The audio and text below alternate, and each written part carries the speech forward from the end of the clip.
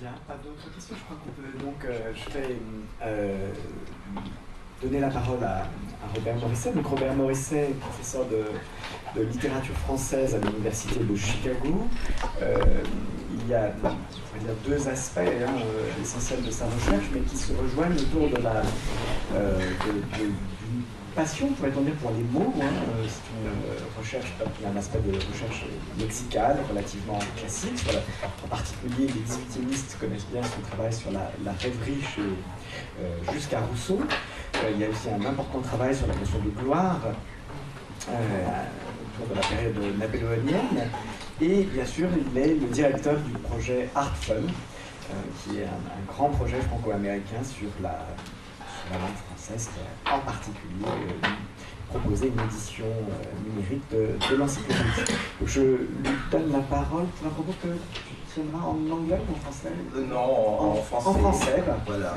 Donc avec un titre français qui est le devoir de tout lire, n'est-ce pas? Voilà. Est-ce que ce microphone... Est-ce que vous m'entendez? Oui. Voilà.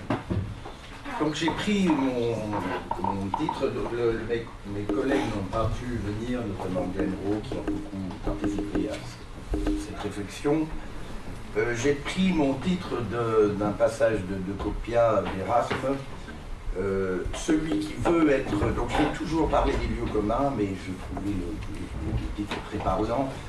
Celui qui veut être considéré comme un érudit doit tout lire une fois au moins dans sa vie, comme l'abeille diligente se poser sur toutes les fleurs, recueillant partout un peu de nectar à transporter dans sa ruche.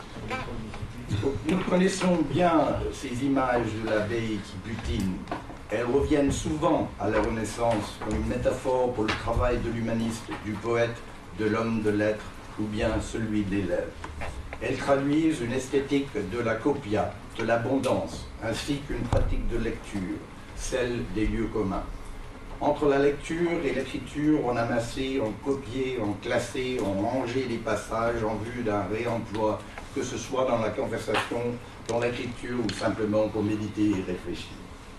La collection et l'organisation des lieux communs, sententia, exempla, proverbes, emblèmes, apophthegmes, florilèges, comparaisons, tirés des auteurs anciens ou chrétiens, s'imposaient comme une pratique fondamentale pour la construction de soi. Le réemploi était une manière de se penser et de s'exprimer. On copiait pour être soi à la copia même, pour mieux pouvoir s'exprimer face à l'autre, source de plaisir, source de joie, mais aussi source de vérité et d'armes intellectuelles pour affirmer cette vérité face aux adversaires. Pour la retrouver, on l'a recherchée là où on l'avait mise, à portée de main, dans ces cahiers de lieux communs, copybox, disaient les Anglais, ces cahiers au début personnels, mais qu'on commençait à publier autour de 1530. Montaigne illustre parfaitement bien toute la créativité à laquelle la pratique des lieux communs peut conduire, mais aussi la lassitude devant une accumulation de savoir qui deviendra de plus en plus accablant, ingérable. Sous le double effet de l'explosion des savoirs et grâce à l'imprimerie, de la multiplication des textes de toutes sortes, une certaine frayeur se fait sentir à travers toute la littérature depuis la Renaissance jusqu'à l'âge des Lumières et au-delà. Et on en a vu des exemples hier. Au XVIIIe siècle, Diderot, dans l'article Encyclopédie, se lamente « Tandis que les siècles s'écoulent, la masse des ouvrages s'accroît sans cesse et l'on prévoit le moment où il serait presque aussi difficile de s'instruire dans une bibliothèque que dans l'univers. » On est depuis longtemps maintenant arrivé à ce moment que prévoyait Diderot. Dans un ouvrage récent, Anne Blair lit cette inquiétude, cette anxiété éprouvée déjà au début des temps modernes, à ce que nous ressentons, nous, postmodernes, de l'âge de l'Internet et de l'information, information overload, la surcharge d'informations ou plus simplement la surinformation et en face son contraire, l'info-soif. Pour nous faire comprendre les stratégies, les pratiques et les techniques de la gestion du savoir sous toutes ses formes textuelles avant l'âge moderne, Anne Blair rebaptise les savoirs qui deviennent du coup information. Le résultat est que ce monde prémoderne nous est soudain très familier, car il s'agit sous d'autres formes de gestes que nous accomplissons tous les jours avec nos ordinateurs, nos tablettes et nos smartphones, recherche, exploration, extraction, récupération des données. Il s'agissait alors de la collection et de l'organisation de citations sous les rubriques des têtes de lecture. Cette pratique aurait connu un déclin constant à travers le XVIIe siècle pour s'éteindre dans le passage de la lecture intensive à la lecture extensive qui s'est développée au XVIIIe siècle. Mais des études récentes soulignent à quel point la pratique des lieux communs a perduré et même prospéré au XVIIIe siècle. Dans The Encyclopedic Vision, Scientific Dictionaries, Enlightenment Culture, Richard Yeo insiste sur ces liens entre la pratique des lieux communs et le développement des grands dictionnaires, dont la Cyclopédia d'Ephraim Chambers, dont la traduction en français fut à l'origine de l'encyclopédie de Diderot et d'Alembert. Dans la suite du passage que je viens de citer, Diderot fait une distinction entre les manœuvriers qui recopient d'une part et d'autre part les hommes de génie qui entreprennent des recherches nouvelles, distinction qui permet de prévoir ce qui deviendra au XIXe siècle le culte du génie et de l'originalité face aux idiots de la famille des hommes, ceux dont les conversations étaient meublées de lieux devenus trop communs, des banalités que Flaubert s'est amusé à répertorier dans son dictionnaire des idées reçues. Mais l'encyclopédie elle-même ne se situe-t-elle pas plutôt sur la ligne de partage séparant les hommes de génie de ce que Diderot appelle les manœuvriers incapables de rien produire, qui s'occupent à feuilleter jour et nuit ces volumes et à en séparer ce qu'ils jugeront digne d'être recueillis et conservés? C'est un peu la définition des encyclopédistes même. Et même le fait de compter parmi ce que Diderot appelait les hommes de génie n'avait nullement empêché John Locke de développer une nouvelle méthode pour les livres de lieux communs, publiés d'abord en français en 1686 dans la Bibliothèque universelle de Jean Leclerc, puis traduit en anglais pour ses œuvres posthumes publiées en 1706. Le rôle de ces aides-mémoires restait important dans un siècle où, de Locke au sensualisme, la mémoire assurait l'identité à soi, l'identité de soi. Le moi se construisait dans la continuité grâce à la mémoire. Vu sous cet angle, loin d'être une simple retranscription servile, la pratique des lieux, de ces commonplace books, de ces répertoires de lieux communs, devenait un levier d'autonomie, une manière de se forger, de se situer sur soi-même par rapport à toute une tradition. Mais si ces travaux de conceptualisation, même de ces théorisations d'un ensemble de pratiques autour des lieux communs nous permettent de mieux saisir des façons de lire et de classer, qu'en est-il des véritables pratiques de réemploi dans l'écriture, non pas sur le plan des individus, ce qui revient à l'étude des sources ou de l'intertextualité, mais sur le plan des systèmes culturels, sur celui des cultures nationales par exemple, et au-delà. Quand et comment reprenait-on des passages pour les réutiliser? Alors avec Dan Edelstein de l'Université de Stanford, nous avons réalisé il y a quelques années un premier travail sur les stratégies de citation et d'emprunt dans l'encyclopédie. Il s'agissait d'exploiter un logiciel que nous avions développé à partir des algorithmes conçus dans le domaine de la bioinformatique, pour repérer des séquences de mots similaires et ce faisant identifier certaines sources employées par les encyclopédistes. Sans prétendre nullement à une exhaustivité quelconque, l'échantillon de plus de 10 000 passages identifiés comme provenant de sources diverses, de Locke à Montesquieu, de Voltaire à Bolingbroke, nous avons établi une typologie des manières de citer qui s'étendent des citations sans aucune attribution à celles avec une identification précise de l'auteur et de l'ouvrage particulier dont provient le passage. En nous concentrant sur les emprunts sans attribution et en les comparant aux citations clairement identifiées, on a pu dégager deux stratégies de non-citation. Une stratégie subversive qui permettait d'incorporer des passages de livres interdits ou très controversés d'une part, et d'autre part une stratégie mondaine qui reflétait plutôt une volonté de ne pas trop encombrer le texte de référence érudite afin d'en faciliter la lecture. Notre approche nous permettait d'aborder l'encyclopédie dans son ensemble, comme un tout. En revanche, pour repérer des sources possibles, nous avions traité plusieurs corpus, dont des éléments du grand corpus ECHO, 18th Century Online Collections. Or, ce corpus ECHO, pris dans son ensemble, est particulièrement intéressant parce qu'elle permet de se rapprocher de la cohérence nécessaire pour réaliser une étude à l'échelle d'un système culturel national. Car avec 200 000 volumes, il peut prétendre, et c'est la description qu'en propose la compagnie Gale qui le diffuse, réunir tous les textes significatifs empruntés, imprimés dans le Royaume-Uni entre 1700 et 1799. À nos yeux, pris dans son ensemble, ce corpus offrait la possibilité de poursuivre à une très grande échelle notre travail sur les réemplois textuels. En anglais, on parlerait de commonplacing practices, pour en faire un modèle d'enquête. Nous voulions, en passant par des algorithmes, tout lire, ou plutôt faire lire à la machine tout ce corpus pour essayer de relever des réemplois et de les organiser en vue de comprendre les grandes lignes de la réutilisation textuelle, et pour ce faire d'établir une sorte de grand copybook de ce qui a été réellement utilisé et que nous pouvions à la fois offrir comme outil de travail aux autres chercheurs et exploiter nous-mêmes. Ce travail, nous l'avons entrepris avec des collègues de l'Université d'Oxford.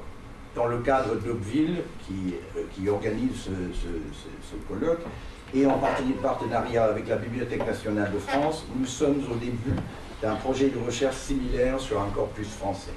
À terme, nous espérons pouvoir comparer les pratiques de réemploi à l'œuvre dans deux aires culturelles, l'Angleterre et la France, et ce faisant de dépasser le stade d'une seule littérature nationale. Mais aujourd'hui, je voudrais exposer nos premières démarches et quelques premières réflexions primitives dans notre recherche sur le corpus ECHO.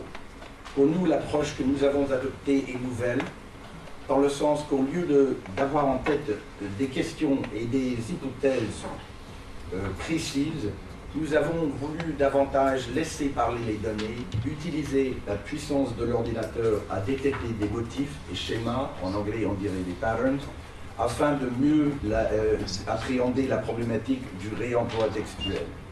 Si les récentes recherches sur les lieux communs nous ont appris à quel point ces pratiques, qui consistaient à recopier les passages dans des recueils personnels, gardaient toute leur importance, nous voudrions pour ainsi dire inverser la problématique et aborder le problème par l'autre face, c'est-à-dire à partir des réutilisations textuelles repérées sur une grande échelle, et sans imposer une question préalable, laisser parler les données, donc on parlera de data-driven research, et voir si des schémas, des patterns émerger, et si oui, voir comment les appréhender et comment les comprendre. C'est-à-dire essayer de savoir ce qu'ils peuvent nous apprendre sur certaines pratiques littéraires à l'œuvre en Angleterre au XVIIIe siècle. Avec plus de 180 000 titres et 200 000 volumes, le corpus ECHO représente une masse de données considérable. Par bonheur, les métadonnées du corpus sont excellentes, ce qui n'est pas le cas, par exemple, du corpus de Google. Ainsi, Gale s'est efforcé d'établir des... Voilà, c'est là dans la diapo, d'établir un classement général par matière afin de fournir un aperçu de l'ensemble et faciliter la recherche. Il y a 7 modules, histoire et géographie qui comprend 18 000 volumes, sciences sociales et beaux-arts, médecine, sciences et technologie, religion et philosophie, droit, ouvrages de référence, littérature et langage. Chacun a des chiffres à appliquer. L'objectif général est de constituer à partir du corpus ECHO une base de données de lieux communs du XVIIIe siècle, de conférer pour ainsi dire une réalité concrète à ce qui n'aurait été que virtuel pour les contemporains. Il s'agit donc de saisir à partir d'une lecture automatique massive les pratiques de réemploi à l'œuvre dans le système culturel. Toute réutilisation n'est certes pas un lieu commun. Et une bonne partie de notre travail consiste à cerner les différents types de réemploi en vue d'établir un corpus. Dans un sens, le défi réside dans la bonne gestion de l'abondance de la coupe. La première étape consiste à utiliser Philoline, un logiciel que nous avons développé pour repérer les passages similaires dans 205 000 documents, dans les 205 000 documents du corpus, pour ensuite, à partir de ces premiers résultats, identifier différents systèmes de réemploi. À partir de là, on peut commencer à dégager les lieux communs potentiels et à mieux cerner le problème. Mais on est tout de suite confronté à une série de problèmes de dimensionnalité, de copia en somme. Ainsi, d'emblée, nous avons procédé à l'élimination des doublons. Ce qui nous a permis de réduire de 40% le nombre de documents pour en arriver à environ 116 000. Ensuite, nous avons opté de procéder par sous-ensemble correspondant aux différents modules établis par Gale. L'idée était de maîtriser un sous-ensemble et puis d'appliquer la même méthode aux autres et de finir par les comparer entre eux. Pour donner une idée des chiffres, en éliminant les doublons dans le module littérature et langage, on est passé de 53 000 documents à 26 000 documents. Alors, dans la détection des passages similaires, dans ce module, Philoline a identifié 3,5 millions de passages similaires. Pour religion et philosophie, l'élimination des doublons a permis de passer de 51 à 30 000 documents. Mais là, Philoline a repéré 17 millions de passages similaires. Alors, ces chiffres sont impressionnants, et ils le sont d'autant plus que la qualité de l'ossérisation dans ECHO est pour le moins inégale, parfois moins de 50% de reconnaissance. Et donc là, jusque dans une certaine mesure, Philoline, la souplesse de Philoline permet de réduire l'impact de ce défaut. Ceci dit, il nous est impossible de savoir ce que Philoline n'a pas détecté. Il faut dire aussi que ces chiffres, en termes absolus, ne veulent pas dire grand-chose, car il y a eu un effet d'amplification dû au fait que le logiciel ne compare que 2 textes à la fois. Ils ne valent donc qu'à titre indicatif, nous permettant de voir en l'occurrence qu'il y a environ 5 fois plus de passages similaires dans le module religion et philosophie que dans le module littérature et langage. En tout cas, ces chiffres ont joué un rôle dans notre choix de concentrer nos premiers efforts sur un module plus modeste, littérature et langage. Et c'est de ce sous-ensemble que sont tirés les résultats et observations que j'évoque dans ce papier. Comme je viens de dire, Philoline nous a repéré quelques 3,5 millions de passages similaires dans ce module littérature et langage. Pour aborder cette masse, nous avons formulé 2 hypothèses.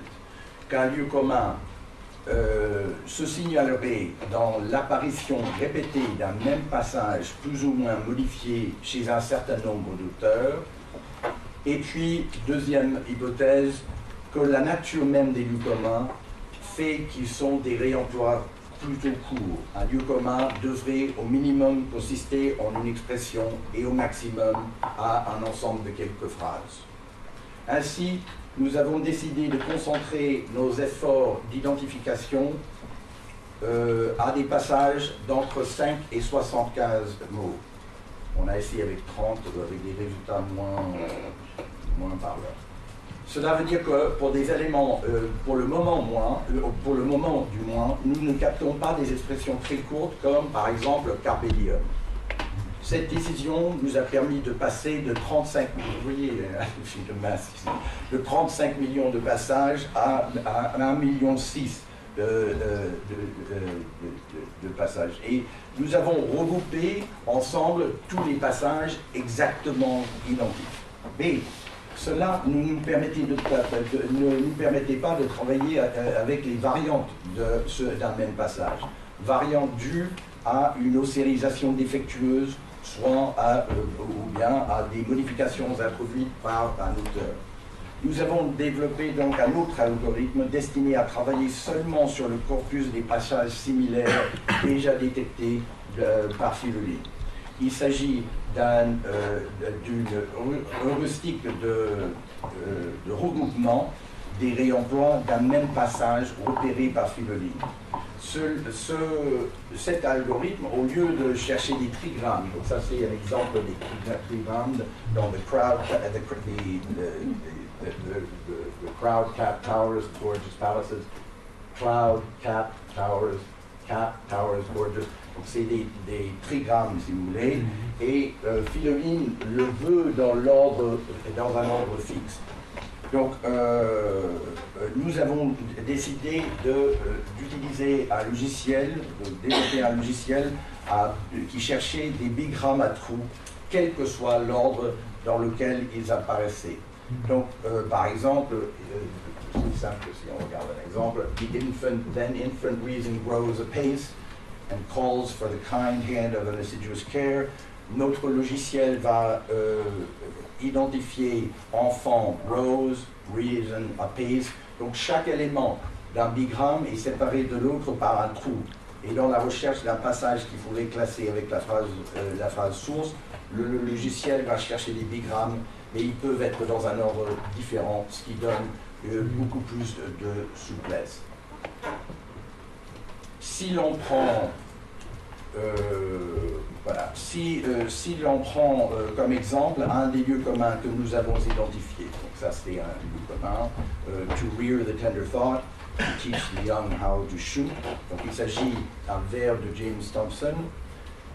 Notre logiciel permet de réunir comme faisant partie d'un même objet les trois cas suivants. Donc vous avez des variantes de cette même chose. Dans les deux cas que nous avons ici, c'est simplement lié à la mauvaise ossérisation. Alors cette technique nous a permis de passer d'1,6 million de passages à peu près 340 000 passages, groupes de passages. Donc seul un petit nombre de ces objets ont un taux de fréquence permettant de les considérer comme des lieux communs. Dans le cas du module littérature et langage, ces opérations de repérage et de réduction nous ont permis de dresser une sorte de typologie primitive de réemploi. Donc voilà les types de réemploi, et cette typologie retrace en quelque sorte l'évolution d'un réemploi. Il y a sa première apparition dans un corpus donné. Dans le cas d'un texte qui date d'avant l'époque couverte par le corpus, la première occurrence serait déjà un réemploi. Ensuite, on trouve le passage dans des rééditions, puis dans des collections d'œuvres d'un seul auteur. Puis il y a des ouvrages critiques qui peuvent l'utiliser, ou bien on le retrouve dans des anthologies. On le retrouve cité comme exemple dans divers types de manuels, des grammaires, manuels de rhétorique, de style, de poétique. On le découvre dans des ouvrages de référence, dictionnaires, encyclopédies de toutes sortes. Et puis, le cas le plus rare, on le trouve réemployé par un écrivain dans un texte littéraire, une pièce de théâtre par exemple, ou bien dans un roman. Notre hypothèse est qu'un passage évolue vers le statut de lieu commun, quelque part entre le commentaire et l'exemplum, donc entre 4 et 6. Il va sans dire qu'il y a plusieurs trajectoires possibles. Un passage ne suit pas forcément l'ordre dessiné dans cette typologie. Donc, je vais prendre quelques cas concrets pour terminer. Prenons le cas du réemploi le plus fréquent dans le module littérature et langage. Il s'agit d'une tirade de Prospero dans La Tempête de Shakespeare, et dont le cœur est en rouge ici. The cloud-capped towers, the gorgeous palaces, the solemn temples, the great globe itself. Il va sans dire qu'on retrouve le passage dans toutes les éditions de La Tempête. La première occurrence dans notre module se trouve dans une édition des œuvres de Shakespeare de 1714. l'édition des œuvres que je viens de citer comme première occurrence du passage tombe aussi dans la troisième catégorie, ainsi que par exemple les publications telles que l'édition des œuvres publiées par Pope et Sewell ou le recueil des passages en 52. On trouve aussi des ouvrages critiques qui reproduisent le passage, tels que Critical Observations on Shakespeare or The Morality of Shakespeare's Drama Illustrated. Nous sommes là en train de passer dans les territoires des lieux communs.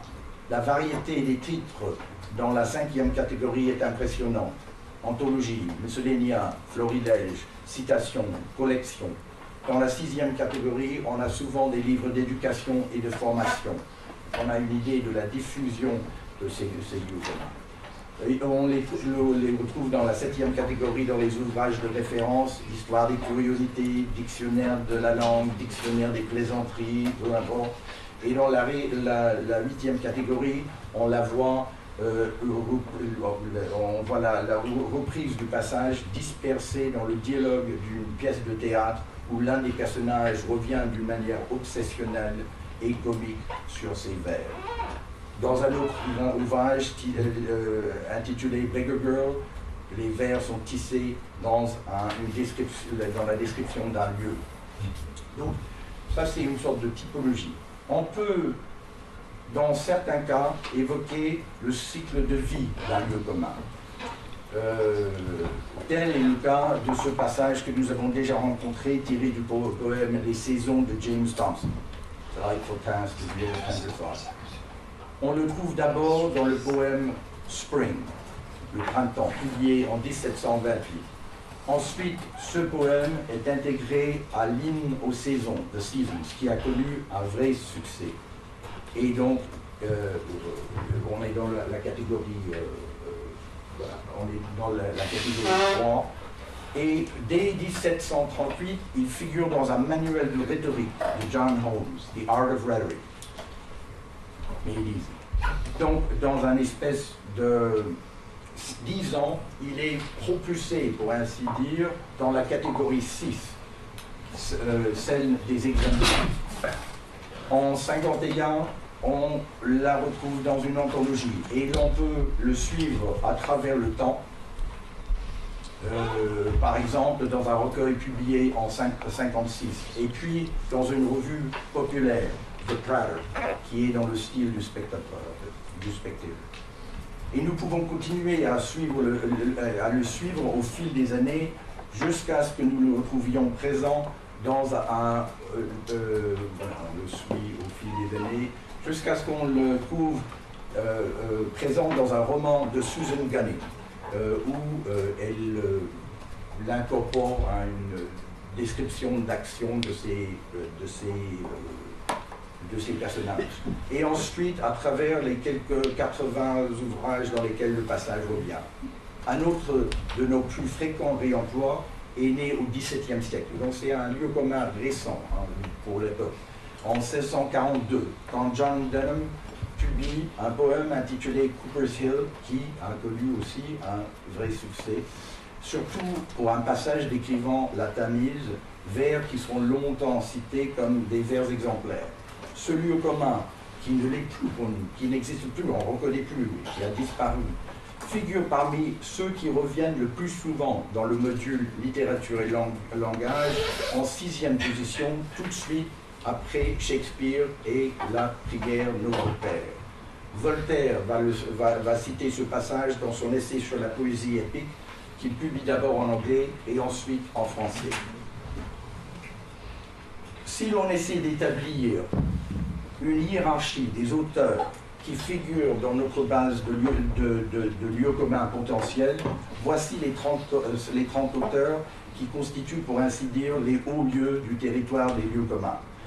Les 15 premiers, 5 sont de l'Antiquité, Horace, Ovide, Terence, etc. Mais si on descend jusqu'à la 30e place, il n'y en a pas plus. Ce qui démontre une culture dominée par les modernes. 4 de ces auteurs remontent au-delà du XVIIIe siècle. Shakespeare, Shakespeare, Milton, Dryden, Johnson. Tous les autres auteurs sont du XVIIIe siècle. Certains sont très connus, Pope, Addison, Thompson, etc., ou les deux Français qui figurent, Fénelon et Voltaire. Tous les autres auteurs, mais le paysage des lieux communs qui se dessine dans ce que nous faisons se caractérise par deux positions différentes. Les émetteurs, donc tous ceux d'avant le XVIIIe siècle, ainsi que ceux du siècle même, qui sont les plus populaires, qui sont les émetteurs, si vous voulez, et ceux qu'on peut appeler des capteurs, ceux qui brassent le plus les lieux communs pour que d'autres les réemploient. Ainsi, Edward Bish, qui est en 7e position ici, auteur de The British Parnassus, or a Complete Commonplace Book of English Poetry, ou Ephraim Chambers, dont la Cyclopédia fut, comme on disait, à l'origine de l'encyclopédie de Diderot et d'Alembert. L'ouvrage de Chambers connut un vrai succès au XVIIIe siècle, et la deuxième édition contient un long article consacré aux lieux communs, et qui décrit en détail la méthode des lieux communs développée par Locke. On croit même que la cyclopédie est née à partir du recueil de lieux communs tenu par Chambers. Cette tradition se poursuit au XIXe siècle. Le recueil de lieux communs de Lewis Carroll et voilà, ça c'est toujours la méthode de Locke. Au XIXe siècle, voici le recueil de lieux communs de Lewis Carroll, qui est célèbre. De nos jours, les lieux communs connaissent une certaine renaissance sous la forme de nombreux sites sur Internet. En anglais, on appelle ces sites citation farms, où sont récoltées des citations fournies par la foule des utilisateurs, qu'on pourrait peut-être désigner comme des autolulistes. Or, ce que je viens de présenter décrit quelques pistes que nous poursuivons dans l'exploration des pratiques de réemploi. Dans l'immédiat, il nous faudrait mieux cerner les effets d'amplification et surtout introduire davantage de contrôle chronologique. Nous allons poursuivre et élargir ces recherches avec nos collègues dans le cadre d'autres villes. À terme, il sera passionnant, je crois, de comparer les pratiques anglaises et françaises. Et je crois que les bases de données de lieux communs et de réemploi de toutes sortes permettront de développer de nouvelles pistes d'enquête pour mieux comprendre la dialectique entre la création et la tradition et pour mieux appréhender les pratiques à l'échelle des systèmes culturels. Un peu à la manière des hommes de la Renaissance, nous vivons dans une époque où domine une certaine esthétique de la copia. Peut-être que leur façon de gérer l'abondance peut nous apprendre comment gérer et apprécier la nôtre.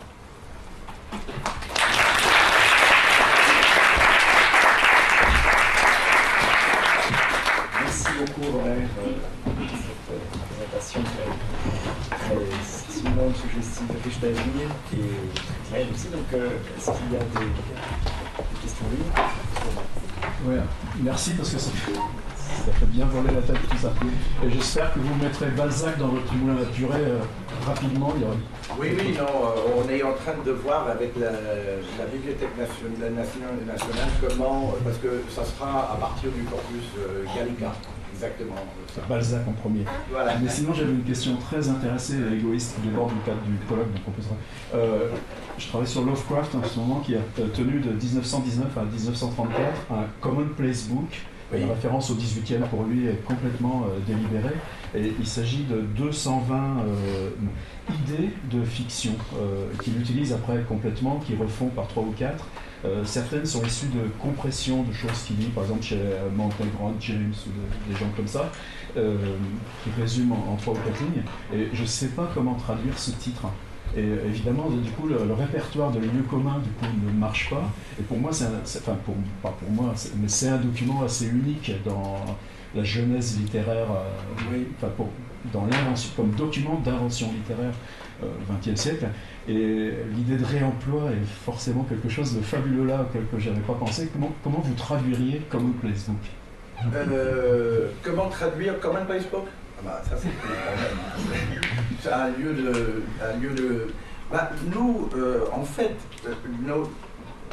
notre on est parti de l'idée de mener une enquête sur le réemploi. Donc il y a un ensemble de termes, réutilisation, en anglais on dit reuse.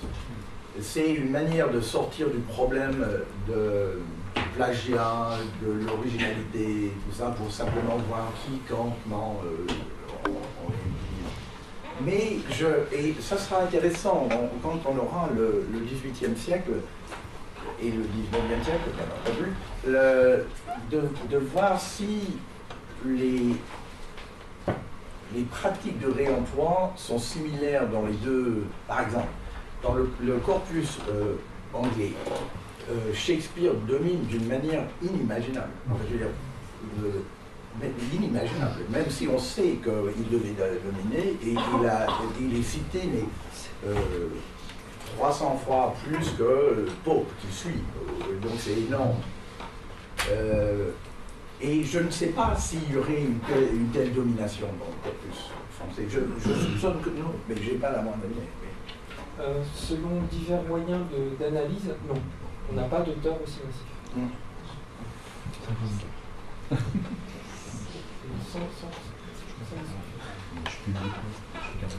Oui, merci beaucoup. Moi, je voulais juste revenir sur le mot réemploi, parce que j'ai été frappée au point aussi par l'usage que vous en faites, l'emploi que vous en faites.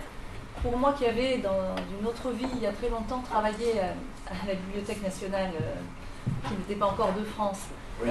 Sur les images au XVIe siècle, sur les bois gravés, c'est un mot qui pour moi était associé à justement l'histoire de la gravure dans le livre, du livre illustré. Et on travaillait beaucoup sur les réemplois des bois, oui, parce que évidemment ça coûtait cher, donc on réemployait, et dans des contextes qui quelquefois n'avaient strictement plus rien à voir avec le premier contexte. Et le travail des bibliothécaires, des conservateurs, était de suivre ces réemplois, mais il y avait des usures. Le bois s'usait.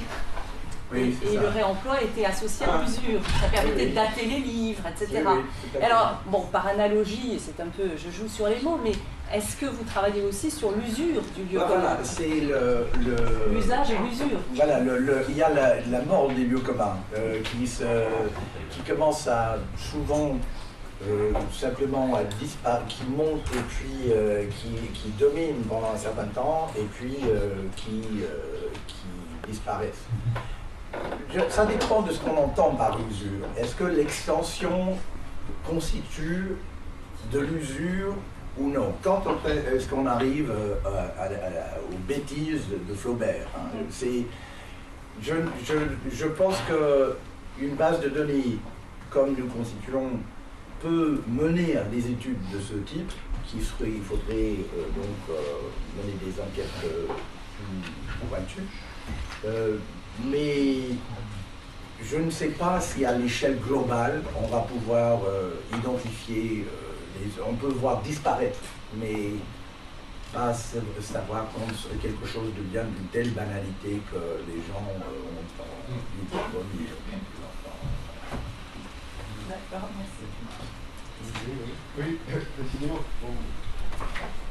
Le langage est travaillé de manière tout à fait artisanale sur ces questions de réemploi, à partir d'ailleurs des bases françaises qu'on pouvait questionner au centre Pompidou, de manière très artisanale. On faisait ça et ça donnait des résultats. Donc, sur le fond, si tu veux, je suis convaincu de la pertinence, d'autant plus que ce que tu nous as montré est très convaincant et en même temps prometteur pour ce que nous allons faire ensemble.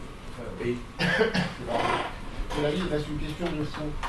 Lorsque j'ai entendu les deux communications, y compris la communication précédente, et c'est pour ça que ma question s'adresse à chacun de vous, on utilise à la fois la notion de lieu commun, donc, qui a une dimension, d'ailleurs, il ne faut pas l'oublier, rhétorique, voire philosophique. Hein, ça renvoie à une topique, et je dirais c'est vieux comme la pensée, puisque au fond, ça doit remonter jusqu'à Aristote pour mettre en place ces notions utopiques, qui d'ailleurs sont intéressantes pour nous dans la mesure où on pense spatialement le texte, surtout dans des pratiques que nous. Mais précisément, M. Cheduri a parlé de pattern, toi aussi tu as parlé de pattern. Donc il y a à la fois cette notion de lieu commun qui est très identifiée rhétoriquement, qui d'ailleurs en étude de stylistique, on peut penser au travaux de Fater aussi par exemple, est aussi très identifiée, mais qui a une dimension culturelle, comme tu l'as dit, il faudra ajouter une dimension idéologique d'ailleurs, très souvent. Et puis par ailleurs, il y a cette notion de pattern qui est beaucoup plus proche en fait des langages informatiques. Et c'est aussi, ma question porterait sur cela, parce que M. Cheduri a parlé aussi de pattern. Et est-ce que, au fond, ce qu'il a dit, lui, en abordant la question sous l'angle vraiment des sciences de l'ordinateur, des computing sciences, rejoint en fait ce que toi tu dis de l'approche à partir d'une approche littéraire. C'est-à-dire c'est la conciliation des deux aussi, parce qu'il ne faut pas oublier que l'on a des méthodologies là qui sont surajoutées. Si on est dans la démarche critique, il y a tout d'abord notre démarche de littéraire, et ensuite il y a son déplacement sur un certain nombre d'algorithmes, tu l'as dit, qui vont mettre en place en fait des patterns. Est-ce que par exemple l'association de 3 termes récurrents suffit au fond à dire qu'on a toujours le même lieu commun? Voilà, tout dépend du... Tu vois ce que je veux dire? Non, il y a un enjeu méthodologique derrière. Je pense que, à mon sens, je ne dis pas ça pour t'ennuyer, au contraire, on est... Non. De toute façon, nous avons déjà parlé pour répondre à la question, on est un peu au cœur du problème. Voilà. Non, mais il faut... pour avancer, il faut donner une définition qu'on va employer dans une enquête. Mais c'est évident, par exemple, si la raison pour laquelle on ne saisit pas des bigrammes comme Carpe Diem, c'est parce qu'on n'arrive pas à une finesse d'analyse nous permettant de ne pas avoir, de ne pas être complètement débordé. Je pense qu'il faut, d'ailleurs j'aimerais signaler en français, il y a un ouvrage magnifique sur les lieux communs, ça s'appelle Le sublime du lieu commun de Francis Boyer. Mais le lieu commun est une possibilité de réutilisation dont le problème global de la réutilisation. Et nous visons plus généralement ce problème, mais je pense que la croissance et la manifestation d'un lieu commun peut se repérer en partie par le fait de pouvoir capter par les algorithmes de telles occurrences. Je n'irai pas plus loin que ça. Je pense que c'est pas trop utile d'entrer trop dans ce qui est un lieu commun, ce qui n'est pas un lieu commun, parce que c'est un champ de bataille.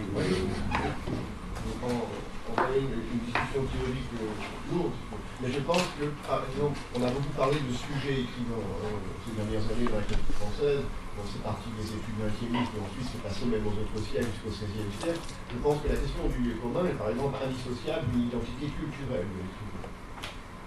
Fondamentale. Oui, tout à On n'a fait. jamais parlé d'identité culturelle, mais un soi culturel, et à ce moment-là, parce que derrière la question des révolutions du lieu commun se pose la question de notoriété. Tout à fait. Évidemment, et même si tu veux, en a priori à notre démarche, parce que c'est aussi ma démarche, pourquoi j'entends, nous la partageons, en fait, ça suppose l'existence de ce que j'appellerais, non pas un architecte, mais un archi-auteur, en fait.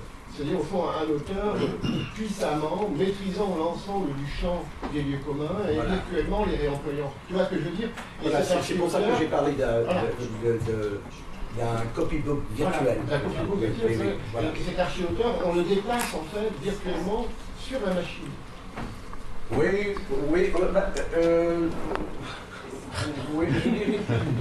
peut-être. Dans le sens que c'est la machine qui établit le répertoire. Tout à fait, mais on pourrait dire aussi, et pour revenir, on pourrait aussi dire que c'est l'identifier au système culturel en tant que tel. Donc c'est l'intérêt, je trouve, et je suis tout à fait d'accord avec ce que tu dis, que c'est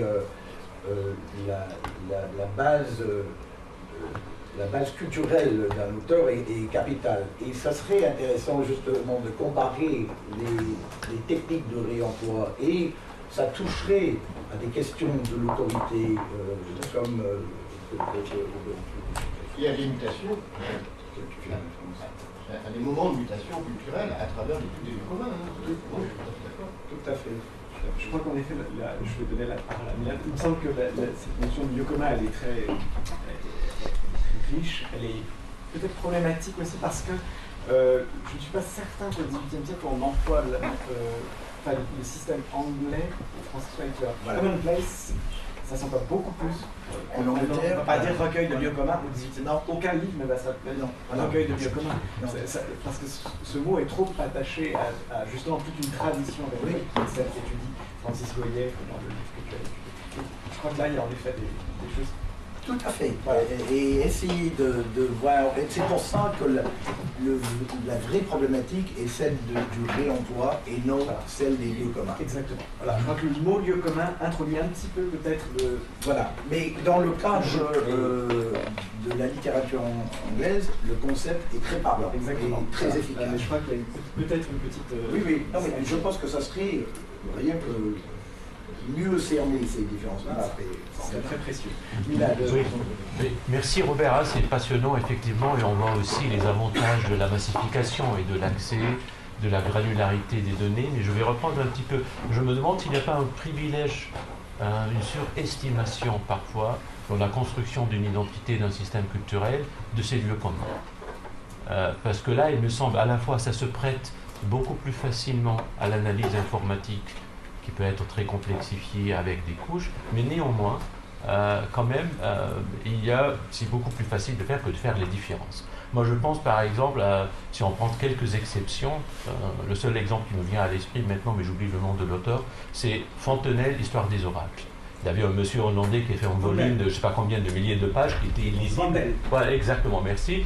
Il le lit, il dit ça ne va pas du tout, je vais le résumer, le retraduire en français, et il fait complètement autre chose qui va après voyager et traverser autrement. On voit à la fois une combinatoire de la traduction, soi-disant, entre guillemets, la transformation d'une œuvre, et qui va prêter après à toute une série de polémiques, et ainsi de suite. Je crois que c'est assez intéressant de voir de ce quoi.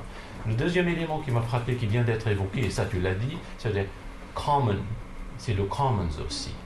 Et là, c'est une vraie problématique qui émerge au XVIIIe siècle de façon tout à fait intéressante et qu'on ne trouve pas avec le commun. Même on n'a pas cette notion du commun dans ce sens-là, qui aujourd'hui est devenu quand même, avec ses traditions à la fois juridiques, littéraires et philosophiques, très très prégnantes pour ce qui nous intéresse. Là, il y a quand même une divergence assez intéressante. Tout à fait, non. Mais je sais que tu es... Voilà, c'est exactement le genre de choses qu'on pourrait explorer entre les deux systèmes culturels. Je pense que je ne sais pas si je serais d'accord avec toi que pour le terme lieu commun, on l'a utilisé parce qu'on travaille sur un corpus anglais, c'est une pratique cernée, connue, mais je ne sais pas si je serais d'accord, c'est une question qu'on peut se poser sur le rapport entre l'identité d'un système culturel et le problème de la réutilisation d'une manière générale. À nouveau, l'idée de lieu commun convenait parfaitement à la culture anglaise. Je pense qu'il n'existe pas vraiment un corpus de cette échelle en français.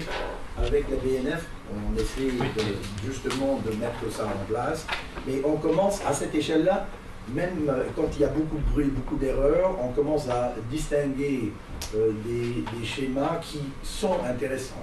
On est d'accord là. Tout ce qui va dans le sens de la finesse, l'ordinateur n'y est pas encore. Non, mais moi je crois qu'il y a une autre question qui se pose. C'est-à-dire, quand on regarde aujourd'hui ces pratiques tu as insisté avec raison, je crois que une des dimensions déterminantes de common place, c'est aussi l'abréviation, la réduction, la dimension même du nombre de mots. Oui, c'est très important. Ce qu'on peut observer aujourd'hui avec la culture numérique, c'est précisément un mouvement de plus en plus vers le partage, la circulation de soi-disant lieux communs qui ne cesse que d'abréger. que ce soit par les réducteurs URL, par toute une série d'aspects, d'éléments. Ce qui serait intéressant, c'est de voir ce soi-disant système identitaire culturel, qu'il soit anglais ou français. Aujourd'hui, il est passé par le biais des mêmes procédures que tu vas utiliser pour développer et raffiner l'algorithme vers des pratiques culturelles qui sont sur une autre échelle. Oui. C'est ça, moi, qui...